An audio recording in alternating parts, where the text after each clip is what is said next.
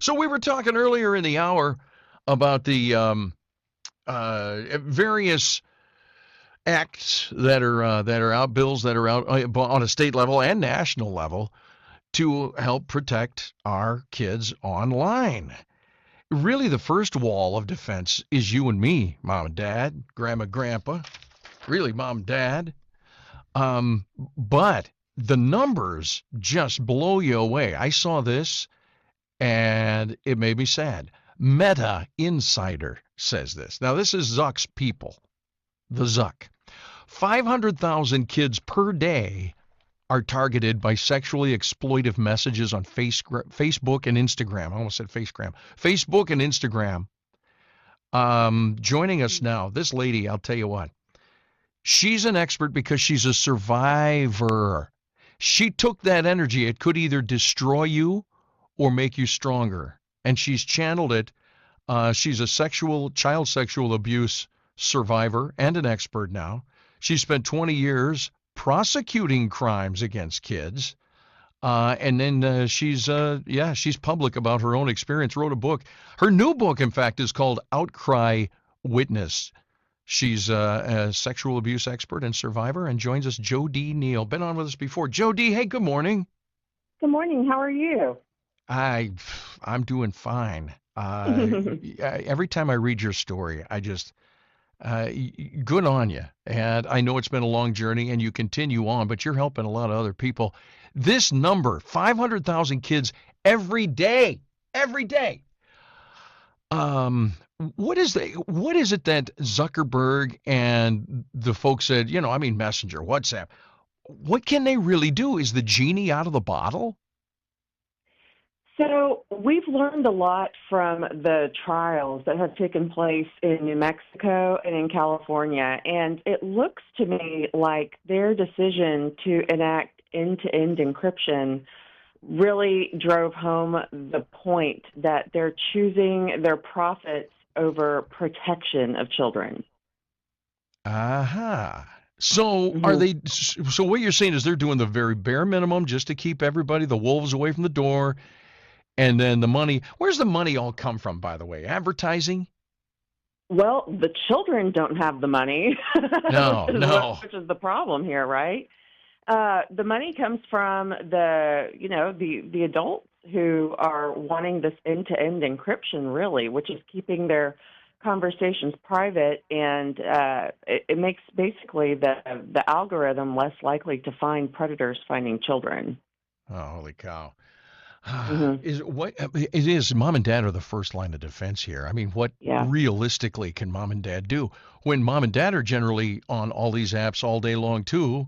I mean, we're all smitten with it. What can we do? A big thing we need to stop doing is putting our kids' pictures on Facebook or online.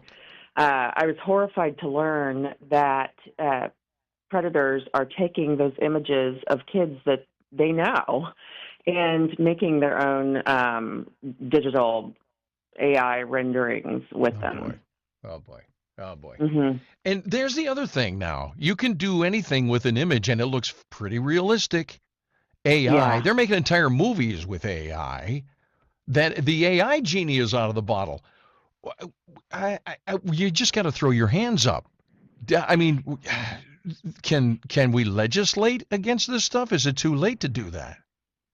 We can. We need the will. And so what you're doing is so important because we've got to get the grassroots to see the problem here. And one, address it in their own homes, but also two, start putting the pressure on their electeds, because this is the one thing we actually can agree on as Americans.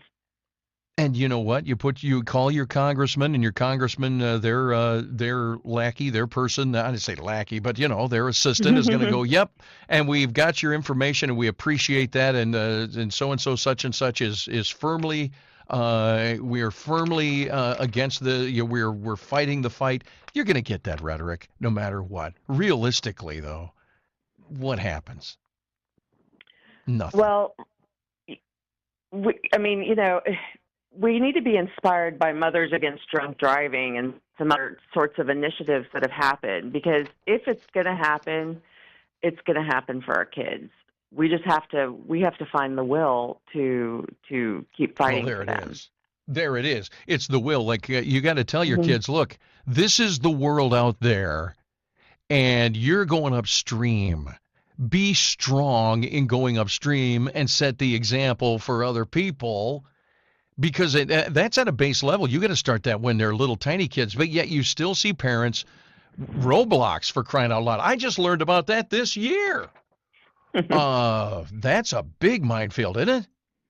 It sure is. Of course it is. I mean, the predators know all the nooks and crannies, and that's where they live. And they're just like criminals, like bank robbers. They're looking to identify their target, get in, get out without leaving evidence. So we have to be very vigilant, and to know there are online, you can report to the Internet Crimes Against Children Task Force or to NCMEC, the National Center for Missing and Exploited Children. So those reports really make a big difference. I got to wonder, realistically, if we're at a tipping point in some way in society. Trends go like crazy, and then it comes to this tipping point where it goes the other way. For instance, I've read stories where young people, high school, college age, are wanting to know more about typewriters. Are you kidding me? Landline phones and things like that. I wonder if we're close, not there, but if we're close to a tipping point where everything goes back a little bit. We're up to here with the technology. I don't know. Maybe it's, I don't know.